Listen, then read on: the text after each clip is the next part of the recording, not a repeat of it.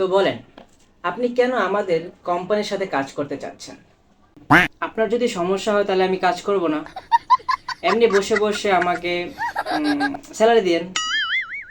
আরে ভাই, আমার বলার মানে হলো, আপনি শুধু আমাদের সাথেই কেন কাজ করতে চাচ্ছেন?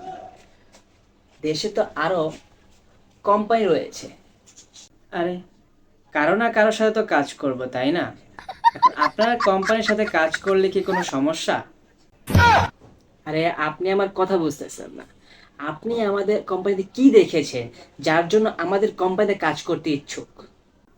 আরে আরে আরে, বিডি জবস জব পোস্টিং দিয়েছেন না, সেটা দেখেই তো আমি এখানে এসেছি। এটার জন্যই তো ইন্টারভিউ নিচ্ছেন। আরে আচ্ছা আচ্ছা, আপনি কাম ছাড়াও আমাদের কোম্পানিকে আর কি দিতে পারবেন? আরে স্যার, আমি সেরকম লোক না, আমি শুধু আপনাকে কামই দিতে পারবো। আরে পাগল বেটা,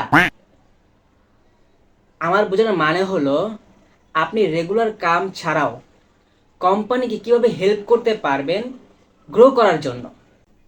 আরে স্যার, গ্রো তো আমি নিজেই করবো, এই জন্য কোম্পানি জয়েন করতেছি। যদি কোম্পানিকে গ্রো করতে পারতাম তাহলে নিজে একটা কোম্পানি খুলে বসতাম না? আরে আমার ভাই, আমাকে এটা বলো, কোম্পানি জয়েন করার পেছনে তোমার মোটিভেশন কি? স্যালারি, টাকা, আর কি? আরে ভাই, টাকা ছেড়ে রাখ, তুই সাইডে রাখ।